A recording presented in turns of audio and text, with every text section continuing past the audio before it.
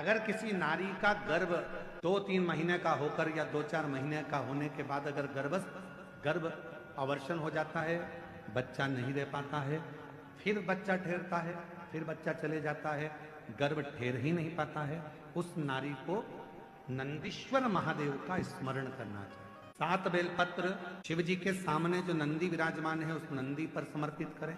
घर में थोड़ा सा चावल पकाकर उसमें थोड़ा मूंग मिलाकर 1 बेलपत्र रखकर किसी भी दिन नंदीश्वर महादेव का स्मरण कर कर कोई वृषभ को, कोई बेल को, कोई नंदी को थोड़ा सा चावल, थोड़ा मूंग और 1 बेलपत्र रखकर उसको खिला दे। और उसके बाद जब गर्भस्थ धारण करते हैं फिर वो बच्चा समाप्त नहीं होता, पूर्ण बच्चा जन्म लेता है।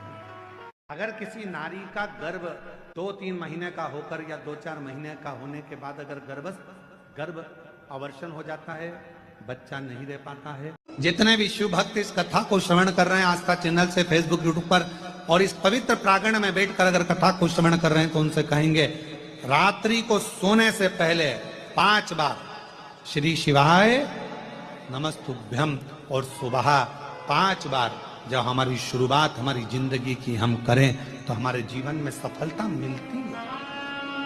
एक पत्र है। जितने भी शिव भक्त इस कथा को श्रवण कर रहे हैं आस्था चैनल से, फेसबुक, यूट्यूब पर और इस पवित्र प्रांगण में बैठकर अगर कथा को श्रवण कर रहे हैं तो उनसे कहेंगे रात्रि को सोने से पहले 5 बार श्री शिवाय नमस्तुभ्यम और सुबह 5 बार जब हमारी शुरुआत हमारी जिंदगी की हम करें तो हमारे जीवन में सफलता मिलती है।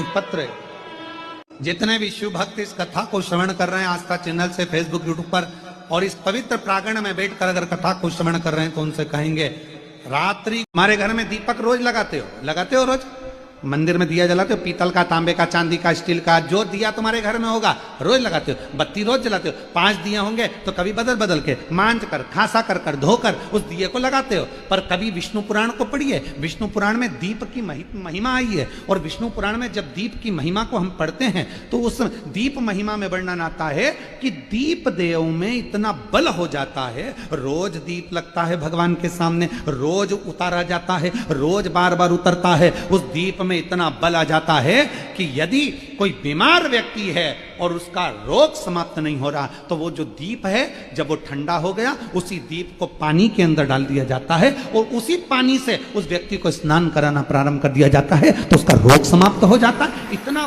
बल दीप में हो जाता है। हमारे घर में दीपक काम के लिए आप बहुत दिनों से लगे हुए हो और वो कार्य पूर्ण नहीं हो रहा। तो शिव महापुराण का एक बड़ा सुंदर सा भाव कहा कि बेलपत्र का जो नीचे का जो भाग होता है, बेलपत्र के जो नीचे का जो भाग है, ये उनके लिए भी है जो बहुत दिनों से कोई कार्य करना चाह रहे हैं पर हो नहीं रहा, बहुत दिनों से लगे हुए हैं, आज होगा, कल होगा, परसों होगा, कोई फाइल अदालत में अटकी हुई है, कोई प्रशासनिक कार्य अटका हुआ है, कोई कार्य अटक रहा है, उसके लिए बहुत नीचे की जो डंडी है उसमें घृत लगा लो, घी का आएगा।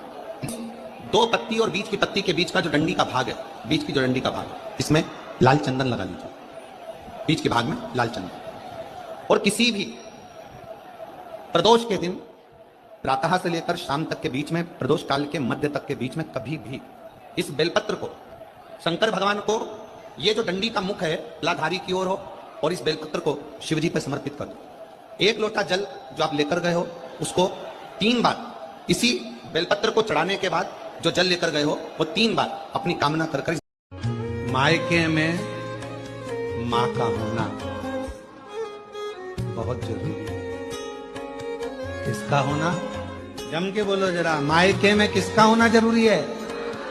मायके में सब हैं और मां नहीं है तो वो मायका सुना, तो मायका सुना। मायके में सब हैं और मां नहीं है तो मायका सुना। मायके में मां का होना जरूरी है और अपने घर के मंदिर में महादेव का होना जरूरी है, वरना मंदिर भी सुना, वरना मंदिर भी सुना। मायके में मां का होना बहुत जरूरी है। किसका होना? जम के बोलो जरा, मायके में किसका होना जरूरी है? मायके में सब हैं और मां नहीं है तो वो मायका